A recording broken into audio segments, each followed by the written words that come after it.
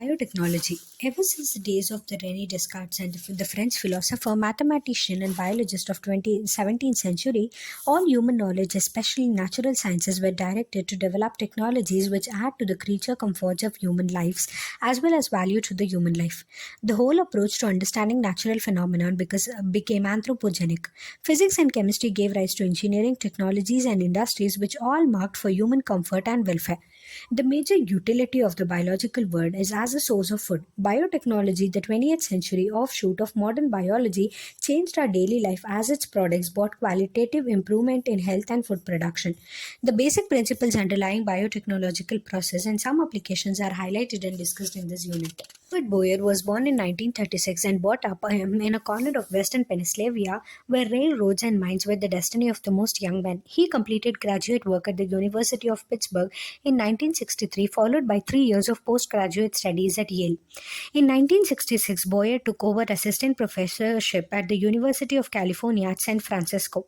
By 1969, he performed studies on a couple of restriction enzymes of the E. coli bacterium with especially useful properties. Boyer observed that these enzymes have the capability of cutting the DNA strands in a particular fashion, which left what has become known as the sticky ends on the strands.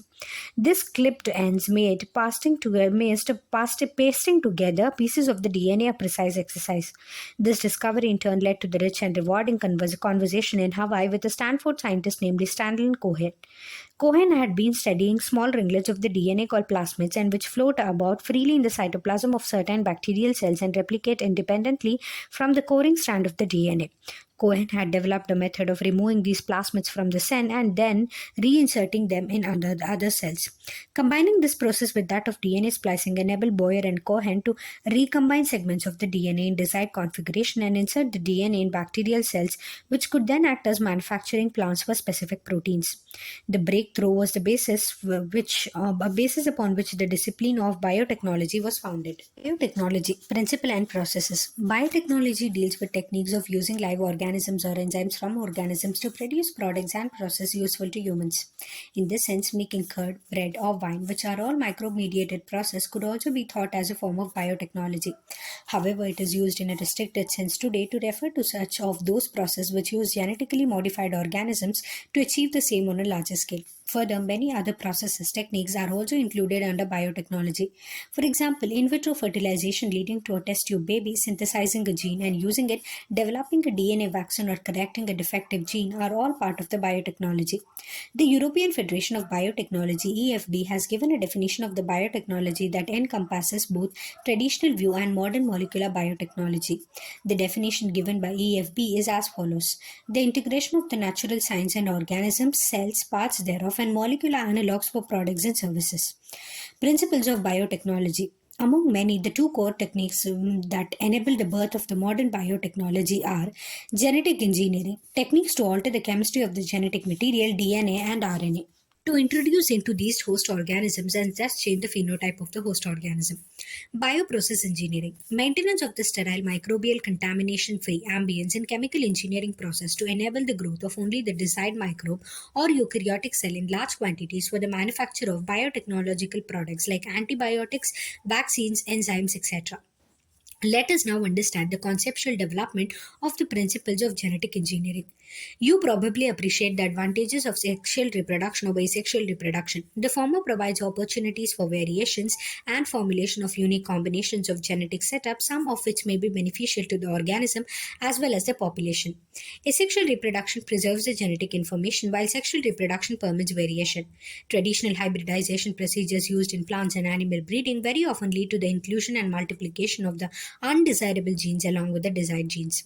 The techniques of the genetic engineering, which include creation of the recombinant DNA, use of the gene cloning and gene transfer, overcome this limitation and allow us to isolate and introduce only one or a set of the desirable genes without introducing undesirable genes into the target organism. Do you know the likely fate of a piece of the DNA which is somehow transferred into an alien organism? Most likely, this piece of the DNA would not be able to multiply itself in the progeny cells of the organism. But when it gets integrated into the genome of the recipient, it may multiply and be inherited along with the host DNA. This is because the alien piece of the DNA has become part of the chromosome, which has the ability to replicate. In a chromosome, there is a specific DNA sequence called the origin of replication, which is responsible for initiating replication. Therefore, for the multiplication of any alien piece of the DNA in an organism, it needs to be part of the chromosome, which has a specific sequence known as the origin of replication. Thus, an alien DNA is linked with the origin of replication so that this alien piece of DNA can replicate and multiply itself in the host organism. This can also be called as cloning or making multiple identical copies of any template DNA. Let us now focus on the first instance of the construction of an artificial recombinant DNA molecule. The construction of the first recombinant DNA emerged from the possibility of linking a gene encoding antibiotic resistance with a native plasmid, autonomously replicating circular extrachromosomal DNA of Salmonella typhimurium. Stanley Cohen and Herbert Boyer accomplished this in 1972 by isolating the antibiotic resistance gene by cutting out a piece of DNA from a plasmid which was responsible for conferring the antibiotic resistance. The cutting of the DNA at the specific locations became possible with the discovery of the so-called molecular scissors restriction enzymes. Cut piece of the DNA is then linked into the plasmid DNA. These plasmid DNA acts as vector to transfer the piece of the DNA attached to it. You probably know that mosquito acts as an insect vector to transfer the malarial parasite into the human body. In the same way, a plasmid can be used as a vector to deliver an alien piece of DNA into the host organism. The linking of the antibiotic resistance gene with the plasmid vector became possible with the enzyme DNA ligase, which acts on the cut DNA molecules and joins their ends. This makes a new combination of the circular autonomously replicating DNA created in vitro and is known as a recombinant DNA. When this DNA is transferred into Escherichia coli, a bacteria closely related to Salmonella, it could replicate using the new host DNA polymerase enzyme and make multiple copies. The ability to multiply copies of antibiotic resistance gene in E. coli was called cloning of the antibiotic resistance gene in E. coli. You can hence infer that there are three basic steps in genetically modifying an organism. 1. Identification of DNA with desirable genes. 2. Introduction of the identified DNA into the host. And 3 is the maintenance of the introduced DNA in the host and transfer of the DNA to its progeny. Tools of recombinant DNA technology.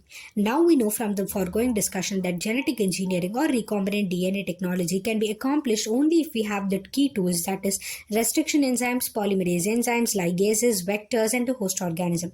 Let us try to understand some of these in detail. Restriction enzymes. In the year 1963, the two enzymes responsible for restricting the growth of the bacteriophage in the Escherichia coli were isolated. One of these added methyl groups to the DNA while the other cut the DNA. The latter was called as the restriction endonuclease. The first restriction endonuclease, HIND2, whose functioning depended on a specific DNA nucleotide sequence, was isolated and characterized 5 years later. It was found that HIND2 always cut the DNA molecules at a particular point by recognizing a specific sequence of 6 base pairs. This specific base sequence is known as the recognition sequence for the HIND2. Besides HIND2, today we know more than 900 restriction enzymes that have been isolated from over 230 strains of bacteria, each of which recognize the different recognition sequences. The convention for naming these enzymes is the first letter of the name comes from the genus and the second two letters come from the species of the prokaryotic cell from which they were isolated. Example, EcoR1 comes from Escherichia coli RY13. In EcoR1, the letter R is derived from the name of the strain. Roman numbers following the names indicate the order in which the enzymes were isolated from the strain of the bacteria. Restriction enzymes belong to a larger class of enzymes called as the nucleases. These are of two kinds, exonucleases and endonucleases. Exonucleases remove the nucleotides from ends of the DNA, whereas endonucleases make cuts at specific positions within the DNA. Each restriction endonuclease functions by inspecting the length of the DNA sequence. Once it finds its specific recognition site, it will bind to the DNA and cut each of the two strands of the double helix at specific points in their sugar phosphate backbone. Each restriction endonuclease recognizes a specific palindromic nucleotide sequence in the DNA. Do you know what palindromes are? These are the group of the letters that form the same words when read in both forward and backward. Example, Malayalam. As against a word palindrome where the same word is read in both the direction, the palindrome in DNA is a sequence of the base pair that reads the same on the two strands when orientation of the reading is kept the same. For example, the following sequences read the same on the two strands in 5' to 3' direction. This is also true if read in the 3' to 5' direction. Restriction enzymes cut the strand of the DNA a little away from the center of the palindrome sites, but between the same two bases on the opposite strands. This leaves single-stranded portions or at the ends. These are overhanging stretches called the sticky ends on each strand. These are named so because they form hydrogen bonds with their complementary cut counterparts. This stickiness of the end facilitates the action of the enzyme DNA ligase. Restriction endonucleases are used in genetic engineering to form recombinant molecules of DNA which are composed of DNA from different sources or genomes. When cut by the same restriction enzyme, the resultant DNA fragments have the same kind of the sticky ends, and these can be joined together end to end using the DNA ligases. You may have realized that normally, unless one cuts the vector and the source DNA with the same restriction enzyme, the recombinant vector molecule cannot be created. Separation and isolation of the DNA fragments. The cutting of the DNA by the restriction endonucleases results in the fragments of the DNA. These fragments can be separated by a technique known as gel electrophoresis. Since DNA fragments are negatively charged molecules, they can be separated by forcing them to move towards the anode under an electric field through a medium or matrix. Nowadays, the most commonly used matrix is agarose, which is a natural polymer extracted from the seaweeds. The DNA fragments separate, resolve according to their size through the sieving effect provided by the agarose gel. Hence, the smaller the fragment size, the farther it moves. Look at the figure 9.3 and guess at which end of the gel the sample was loaded. The separated DNA fragments can be visualized only after staining the DNA with a compound known as etherium bromide followed by exposure to UV radiation. You cannot see pure DNA fragments in the visible light and without staining. You can see bright orange colored bands of DNA in etherium bromide stained gel exposed to UV light. The separated bands of the DNA are cut out from the agarose gel and extracted from the gel piece. This step is called as elution. The DNA fragments purified in this way are used in constructing recombinant DNA by joining them with cloning vectors. Cloning vectors. You know that plasmids and bacteriophages have the ability to replicate within the bacterial cells independent of the control of the chromosomal DNA. Bacteriophages, because of their high number per cell, have very high copy number of their genome within the bacterial cells. Some plasmids may have only 1 or 2 copies per cell, whereas others may have 15 to 100 copies per cell.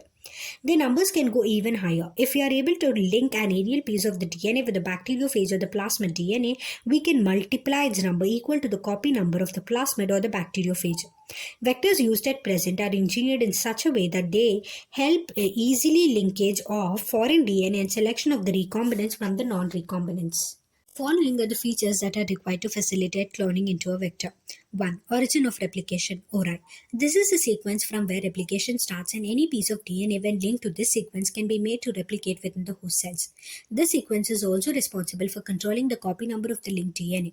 So if one wants to recover many copies of the target DNA, it should be cloned in a vector whose origins support high copy number. 2. Selectable marker. In addition to the ORI, the vector requires a selectable marker which helps in identifying and eliminating the non-transformants and selectively permitting the growth of the transformants. Transformation is a procedure through which a piece of the DNA is introduced in the host bacterium. You will study the process in subsequent section. Normally, the genes encoding resistance to antibiotics such as ampicillin, chloramphenicol, tetracycline or caniamycin, etc. are considered useful selectable markers for E. coli. The normal E. coli cells do not carry resistance against any of these antibiotics. 3. Cloning sites. In order to link the alien DNA, the vector needs to have very few, preferably single recognition sites with the commonly used restriction enzymes. Presence of more than one recognition sites within the vector will generate several fragments which will complicate the gene cloning. The ligation of alien DNA is carried out at the restriction site where present in one of the two antibiotic resistance genes. For example, you can ligate a foreign DNA at the BAMH1 site of the tetracycline resistant gene in the vector PBR322. The recombinant plasmids will lose tetracycline resistance due to insertion of the foreign DNA but can still be selected out from the non-recombinant ones by plating the transformants on tetracycline containing medium. The transformants growing on the ampicillin containing medium are then transformed on a medium containing tetracycline. The recombinants will grow in ampicillin containing medium but not on that containing tetracycline. But non-recombinants will grow on the medium containing both the antibiotics. In this case, one antibiotic resistant gene helps in selecting the transformants, whereas the other antibiotic resistant gene gets inactivated due to insertion of the alien DNA and helps in selection of recombinants. Selection of the recombinants due to inactivation of the antibiotics is a cumbersome procedure because it requires simultaneous plating on the two plates having different antibiotics. Therefore, alternative selectable markers have been developed which differentiate recombinants from non-recombinants on the basis of their ability to produce color in the presence of chromogenic substrate. In this, a recombinant DNA is inserted within the coding sequences of the enzyme beta-galactosidase. This results into inactivation of the gene for the synthesis of this enzyme, which is referred to as insertional inactivation. The presence of a chromogenic substrate gives blue-colored colonies if the plasmid in the bacteria does not have an insert. Presence of insert results into insertional inactivation of the beta-galactosidase genes and the colonies do not produce any color. These are identified as recombinant colonies. Vectors for cloning genes in plants and animals. You may be surprised to know that we have learned the lesson of transferring genes into plants and animals from bacteria and viruses, which have known this for ages, how to deliver genes to transform the eukaryotic cells and force them to do what the bacteria or the viruses wants. For example, Agrobacterium tumefaciens, a pathogen of several dicot plants, is able to deliver a piece of DNA known as the tDNA to transform normal plant cells into a tumor and direct these tumor cells to produce the chemicals required by the pathogen. Similarly, retroviruses in animals have the ability to transform normal cells into cancerous cells.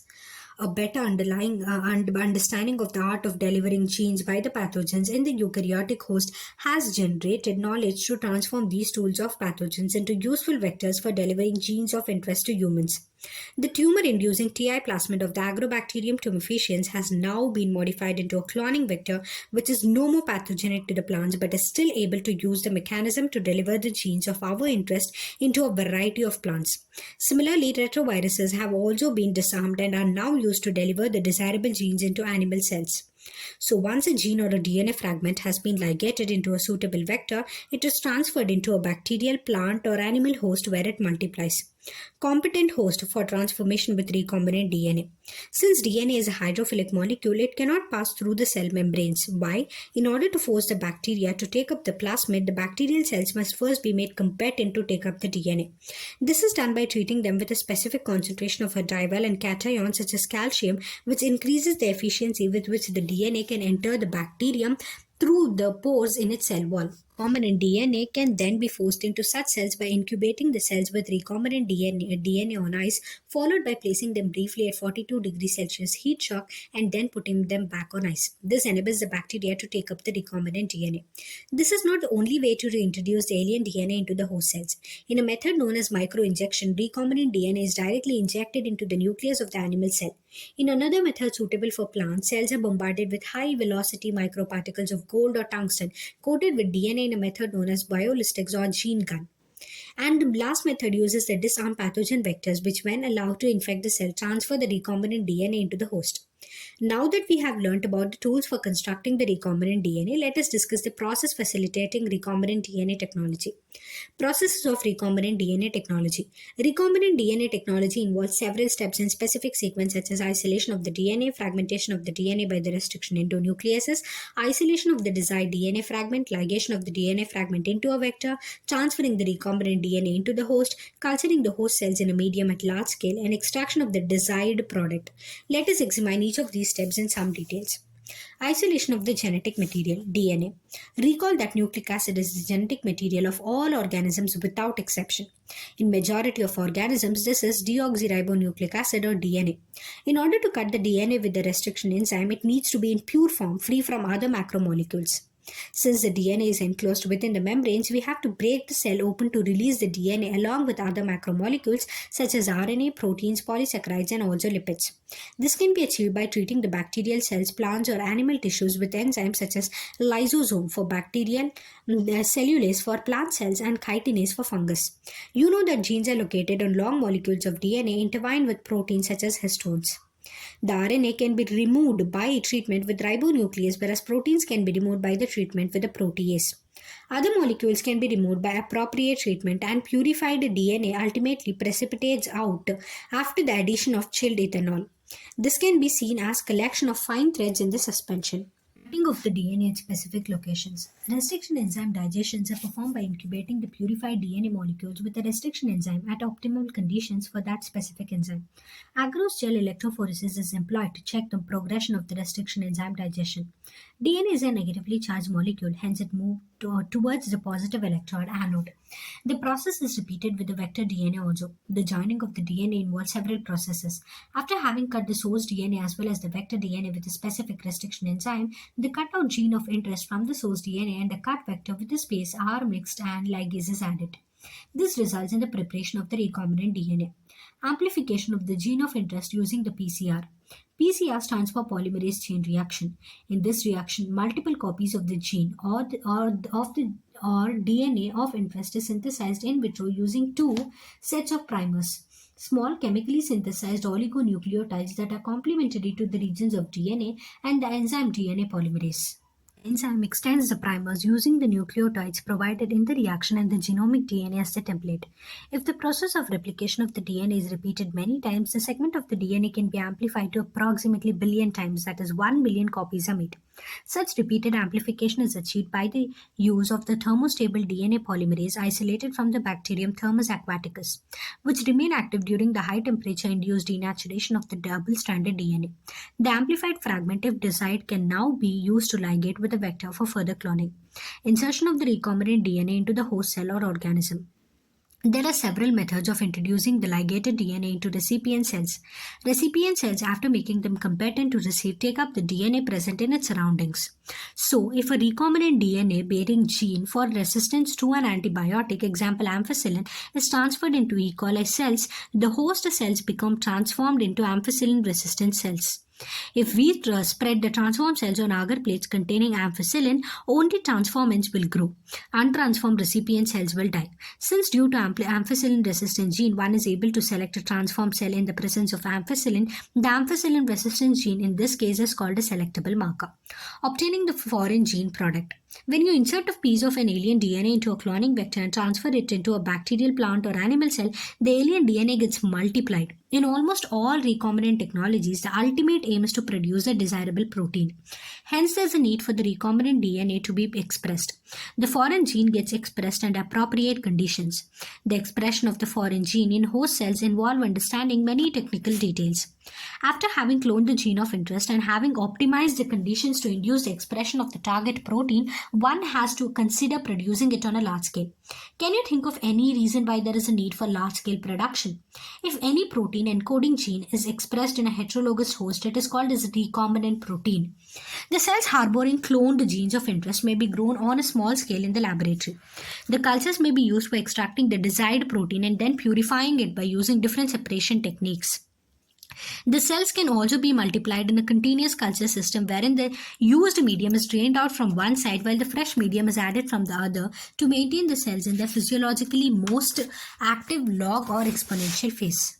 This type of culturing method produces a large biomass leading to higher yields of desired protein. Small volume cultures cannot yield appropriate quantities of the products. To produce in large quantities, the development of the bioreactors where large volumes, 100 to 1000 liters of cultures can be processed was required. These bioreactors can be thought of the vessels in which the raw materials are biologically converted into specific products, individual enzymes, etc. using microbial plant, animal or human cells. A bioreactor provides optimal conditions for achieving the desired product by providing optimum growth conditions, temperature, pH, substrate, salts, vitamins, oxygen. The most commonly used bioreactors are of stirring type, which are shown in figure 9.7. A stirred tank bioreactor is usually cylindrical or with a curved base to facilitate the mixing of the reactor contents. The stirrer facilitates even mixing and oxygen availability throughout the bioreactor. Alternatively, air can be bubbled through the reactor. If you look at the figure closely, you will see that the bioreactor has an agitator system, an oxygen delivery system, and a foam control system, a temperature control system, pH control system, and sampling ports so that small volumes of the culture can be withdrawn periodically. Downstream processing. After completion of the biosynthetic stage, the product has to be subjected through a series of processes before it is ready for marketing as finished product. The processes include separation and purification, which are collectively referred to as the downstream processing. The product has to be formulated with suitable preservatives. Such formulation has to undergo thorough clinical trials as in case of drugs. Strict quality control testing for each product is also required. The downstream processing and quality control testing vary from product to product. Summary: Biotechnology deals with large scale production and marketing of the products and processes using live organisms, cells, or enzymes. Modern biotechnology using genetically modified organisms was made possible only when man learned to alter the chemistry of the DNA and construct the recombinant DNA. This key process is called recombinant DNA technology or genetic engineering. This process involves the use of the restriction endonucleases, DNA ligase, appropriate plasmid or viral vectors to isolate and ferry the foreign DNA into host organisms, expression of the foreign gene, purification of the gene product, that is, the functional protein, and finally making a suitable formulation for marketing. Large scale production involves use of bioreactors. Thank you.